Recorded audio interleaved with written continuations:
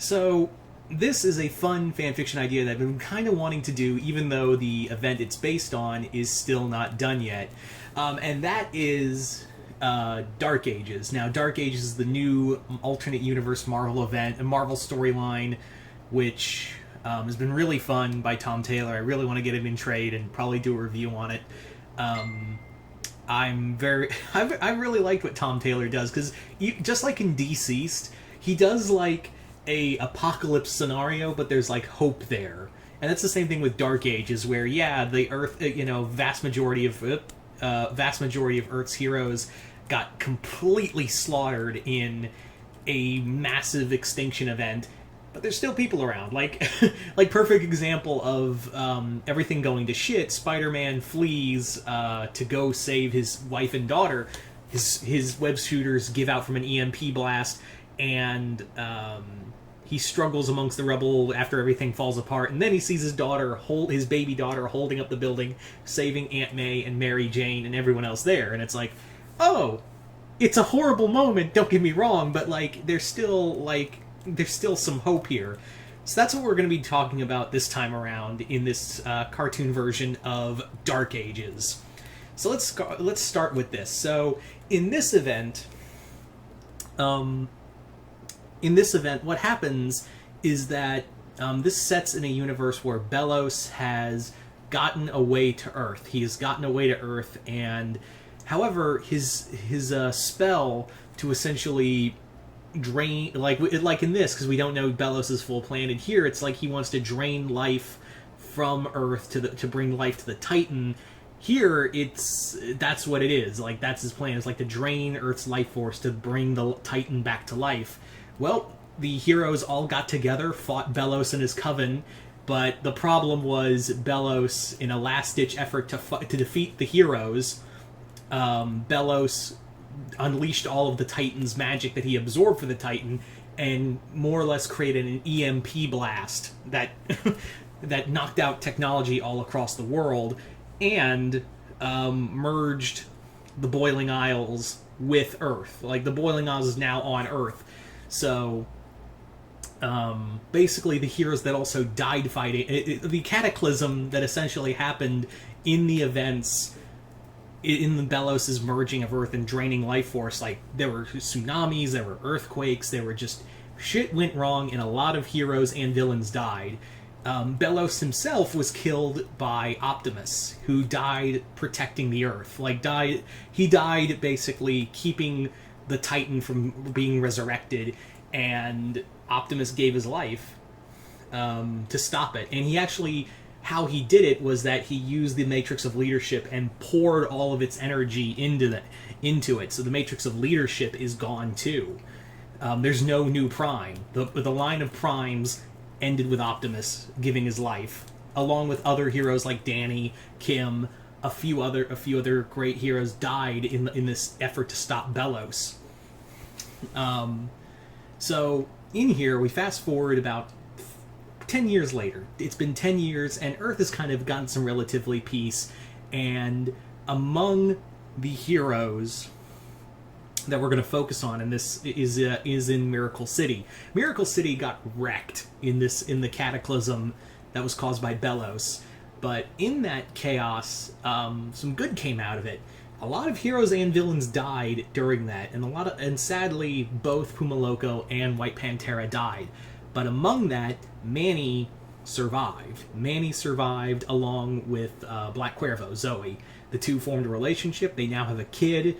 And Manny is now like the leader of the remnants of Miracle City. The remaining villains that are left, because a lot of them did fucking die, are now following Tigray. They're now following Tigray, and he has got the burden of leadership to kind of protect what's left of the city, because there are, with no power, that means no lights, and there are monsters in the dark now that are, coming out of the woodwork to attack cities, not to mention raiders or bandits, stuff like that.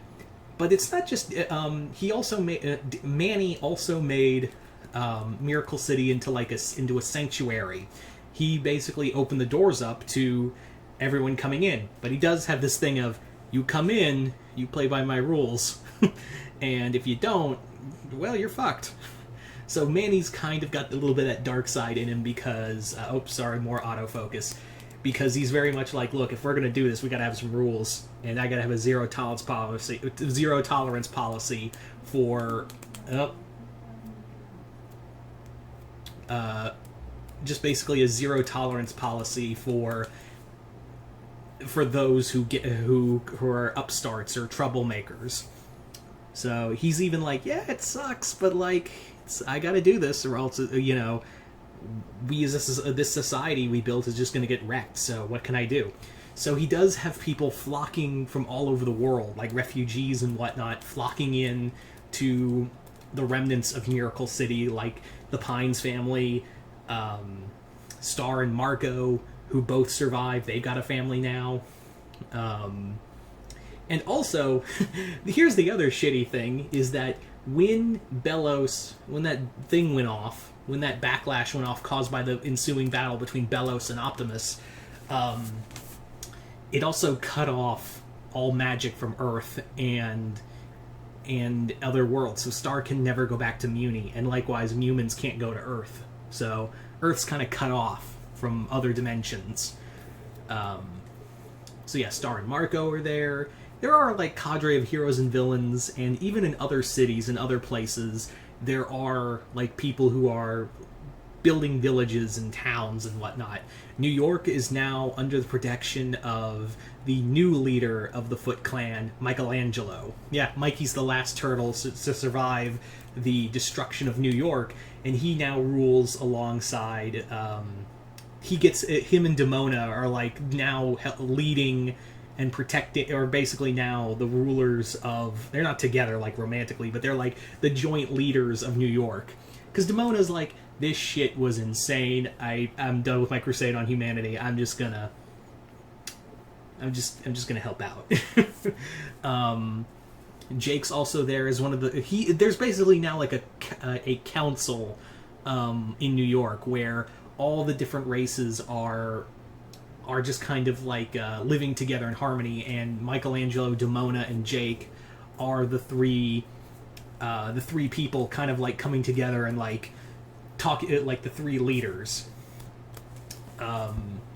In London, it's a different story. London, when it got wrecked hard, and a lot of people died, including Integra Helsing. She was killed in the cataclysm, and who now rules over London is Alucard, but he's gone back to being Dracula. He's gone back to taking the Dracula moniker, and now London is now a city of vampires. It's just a city of vampires, and even all of Britain is just an island of vampires, and is just vampires as far as the eye can see, with Alucard now ruling over in London, as taking his title once again as the Lord of the Undead. So basically, what happens? All these different territories and whatnot know about each other, but they don't. There's like a peace among everyone. There's been like a nice little peace between everyone, and everyone's just kind of trying to be cool with one another. But that peace gets shattered when Star gets visited by Hunter, the Golden Guard, who everyone thought was killed in the ensuing battle. But he's like, no, you gotta come to Italy. You gotta come to Rome. You gotta see what we're doing in Rome. We're doing some great things. So they go, and Star is shown by Hunter that Megatron, who is in this story, I guess you could say Megatron is our Apocalypse.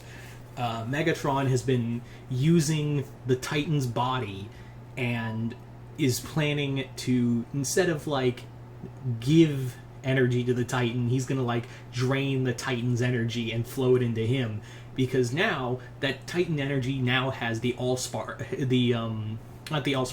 Matrix of Leadership energy within it. And Megatron, during the post-apocalypse, has basically been living in solitude, kind of learning how to use like archaic magic. So Megatron has now like decked himself out in like arcane symbols and whatnot. So now he can like harness magic. Megatron had they like people know Megatron's out there, like they know Megatron's been out and about, but they're like, let bygones be bygones. He'll do his thing over there. We'll do his thing over here. And when Star says, no, I'm not going to help you guys, this is insane, Hunter goes, well, you don't have a choice. And Star is now, because she's so full of magic, they want to use her as like a battery to power the Titan's energy that will in turn give Megatron more power. Like, the Megatron has been so focused on this task of using Titan energy that the Decepticons just kind of floated away. Like, the Decepticons just kind of fell apart without Megatron's leadership. So Starscream is a warlord now, and Soundwave actually works with the people in Miracle City. Like, he works with the people of Miracle City because he's like, well, my leader turned out to be a whack job and I ain't following Starscream. I'll go hang out with you guys. So Soundwave now hangs out, lives among them. Yeah.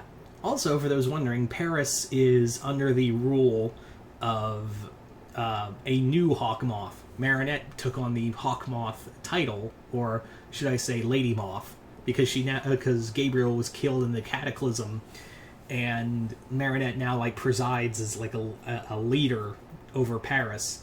And in Japan, Sailor Moon has now like been building a new Crystal Tokyo out of the ruins of the old one with the help of other heroes from Japan. But yeah, so now it's basically what it is now is that the people of Miracle City now have to rally with the other leaders of the other city-states to stop Megatron and his insanity, and those who are following him, like Hunter's following him. Ford is on his side. Yeah. Also, if you're wondering what happened to Luz and Amity or everyone else from the ensuing Boiling Isles coming into contact with Earth, a lot of people didn't make it through the Cataclysm, but Amity and Luz did. They got their own little cottage out in what's left of New Zealand, and they just want to be left alone. Ida actually is among Megatron's, cadre. Not by choice. She's more like kind of forced into it. Because Megatron's just like, fine, I'll just have a fucking airstrike blow up your adoptive daughter and her girlfriend's house. How about that? So that's how, because that's what Megatron, that's how a Megatron do. So yeah, all in all, just a fun idea of I hope you all enjoyed this. This is a fun story, and like I said, I really want to read Dark Ages on a whole, like Dark Ages in its entirety, when it comes out in trade, which is going to be a few more months. It's probably not going to be till next year, which I'm sad about. Anyway, so you guys tell me in the comments below, what did you guys think of this fanfiction idea? Did you guys like it, hate it? And what could you see in this this Dark Age future for all the characters? Just comment below, let me know. And as always, if you haven't already, go check out the link below to my Patreon, where you guys can suggest a video. If you guys hit the 4th tier, you guys can send me a request for a Patreon video, and I will do it here. Anyway, once again, hope you all enjoyed this. I'm Mr. Multiverse. I'll see you next time in the Multiverse.